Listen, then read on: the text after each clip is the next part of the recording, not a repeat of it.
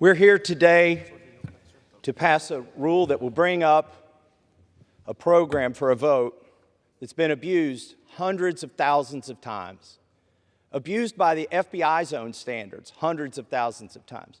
But every time they've used it, they've actually abused it because they have not followed the constitutional requirement in the Fourth Amendment. Today, if we pass this rule, we'll have votes on 6 different amendments. 3 of these amendments will expand the program, and 3 of these amendments will constrain the program.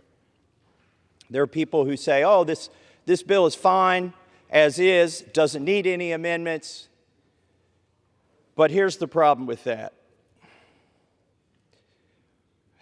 If we believed that, why would we put exemptions for Congress in this bill? There are exemptions for Congress in the base bill of 702. What do they do? They say that if a congressman is going to have their privacy violated with the 702 program by the FBI has to notify Congress. It goes on to say in this bill that if the FBI is going to tell us that they're doing it for our own good, they have to get permission from the congressman whose privacy is going to be violated.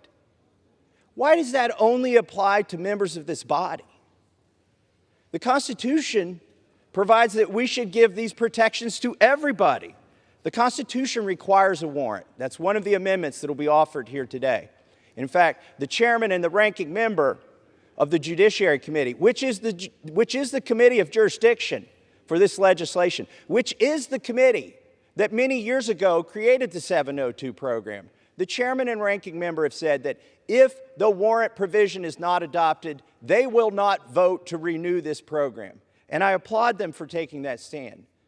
Because the Fourth Amendment to our Constitution says the right of the people to be secure in their persons, houses, papers, and effects against unreasonable searches and seizures shall not be violated, and no warrants shall issue but upon probable cause, supported by oath or affirmation, and particularly describing the place to be searched or the person or things to be seized.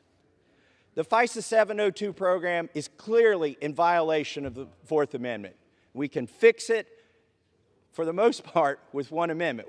There will still be other defects in the FISA program. And I will just close by saying this. America is watching us today. They are going to watch the results of this vote. What will we do here today? Are we going to carve out exemptions for Congress? Are we going to protect ourselves but not the American people?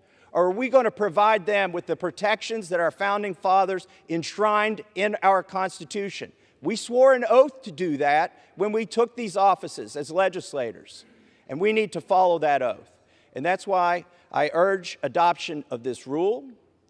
I urge people to vote for the warrant amendment, and I urge people not to vote for the final bill if the protections of the warrant amendment are not there. And with that, Mr. Speaker, I yield back the balance of my time and move the previous question on the resolution. Gentlemen.